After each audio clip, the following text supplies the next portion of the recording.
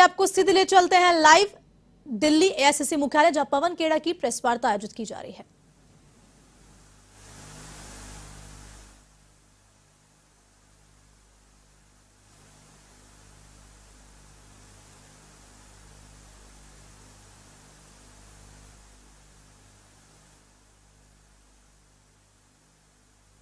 ये आप सीधी लाइव तस्वीरें देख रहे हैं एआईसीसी मुख्यालय से, जहां पवन खेड़ा मीडिया से रूबरू होंगे अब से।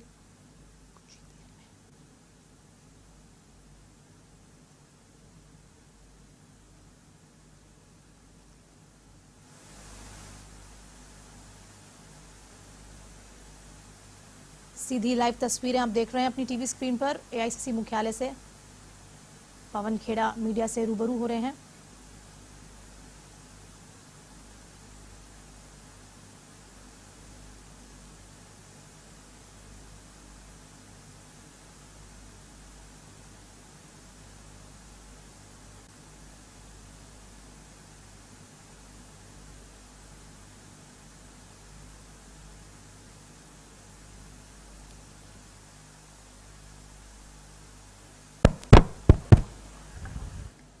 धन्यवाद साथियों।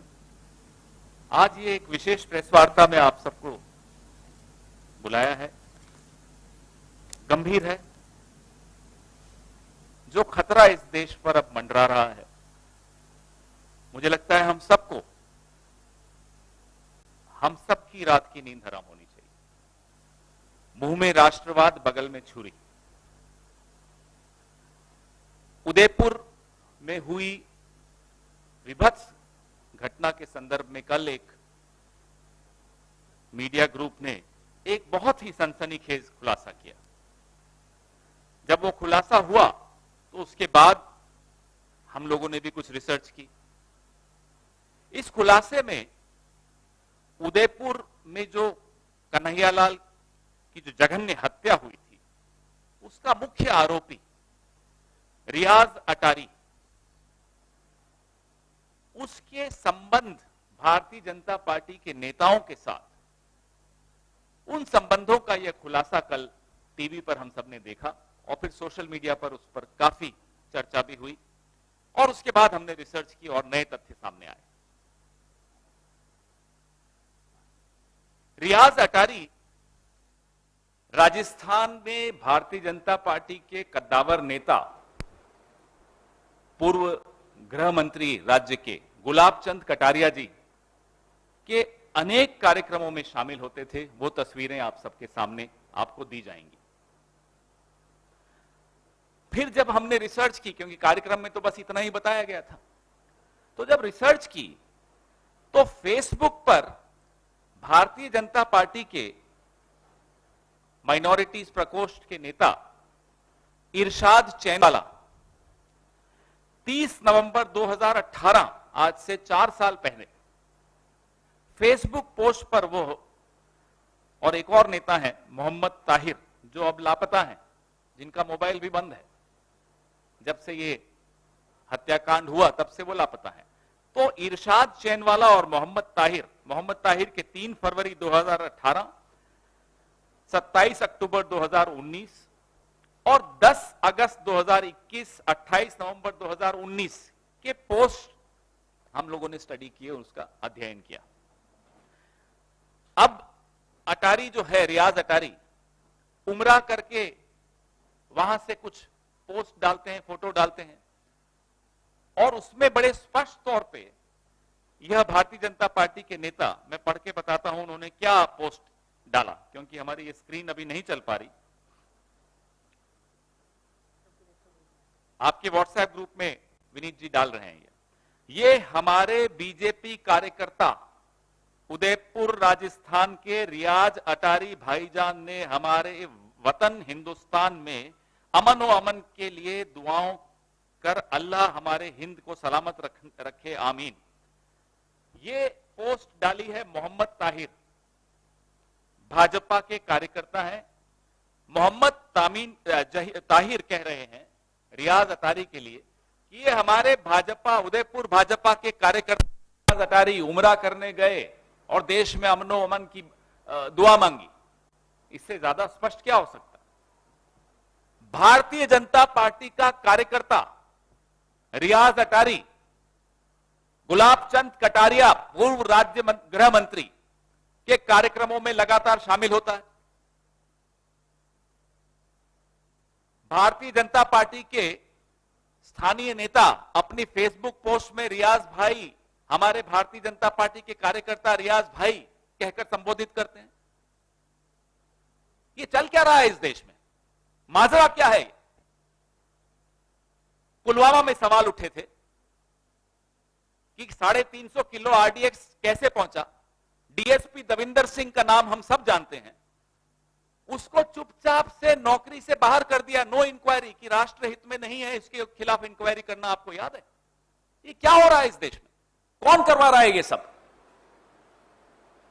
एक के बाद एक दुर्घटनाएं होती हैं, एक के बाद एक हमले होते हैं और सवाल ज्यों के त्यों, कोई जवाब नहीं, कोई उत्तर नहीं। प्रधानमंत्री चुप, गृह मंत्री चुप।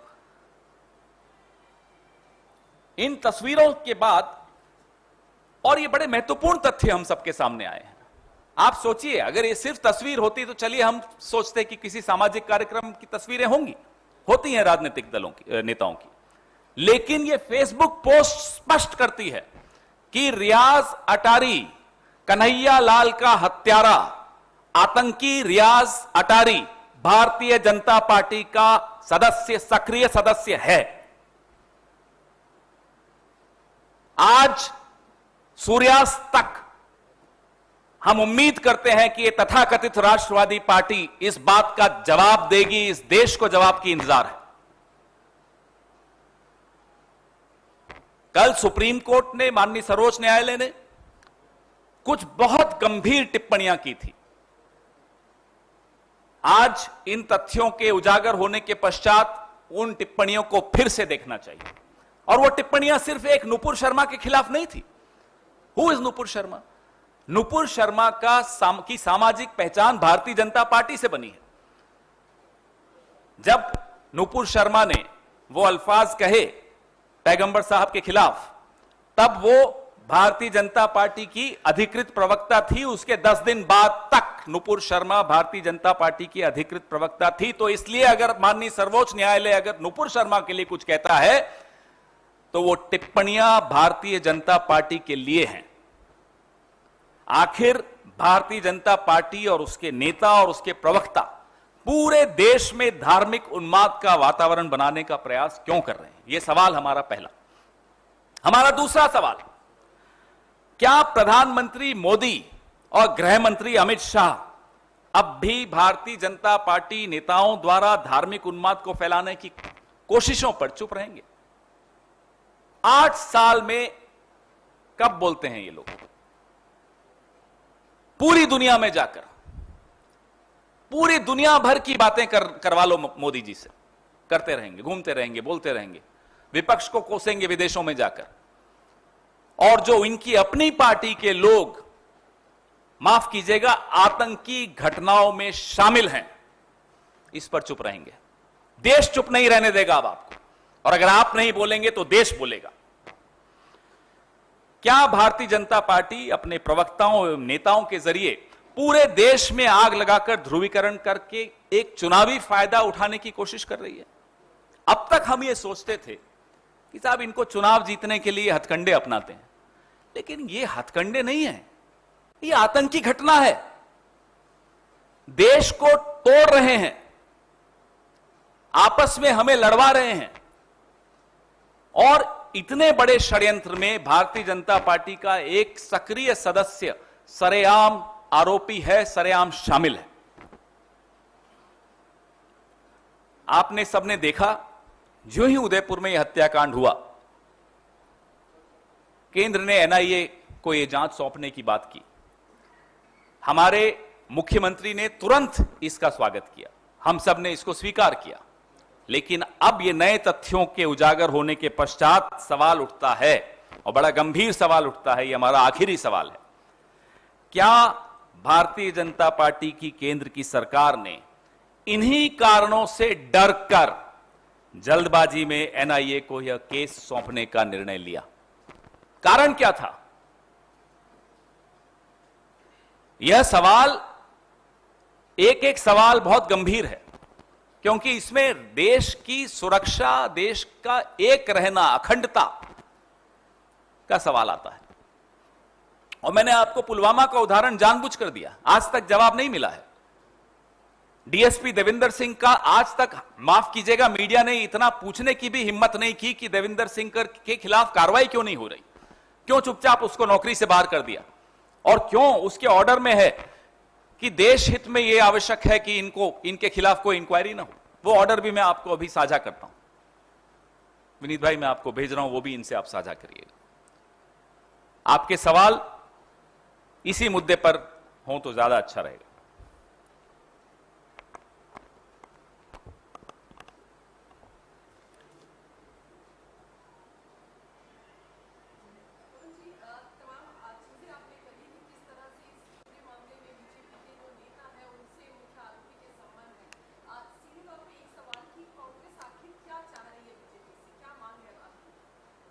कांग्रेस की बात नहीं है, अब देश भारतीय जनता पार्टी से स्पष्टीकरण चाहता है। प्रधानमंत्री नरेंद्र मोदी और अमित शाह मुंह खोलें, यह देश की मांग है।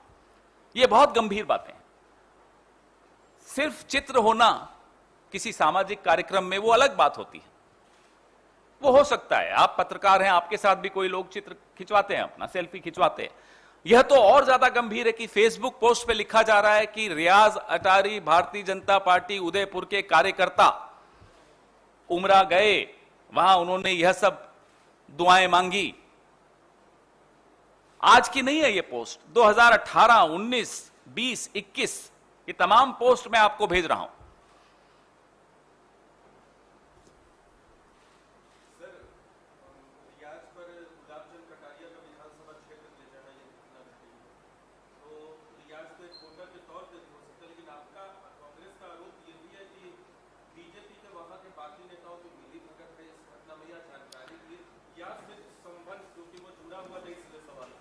यह तो जांच से मालूम होगा, लेकिन माफ कीजिएगा, वोटर की बात नहीं है यहां।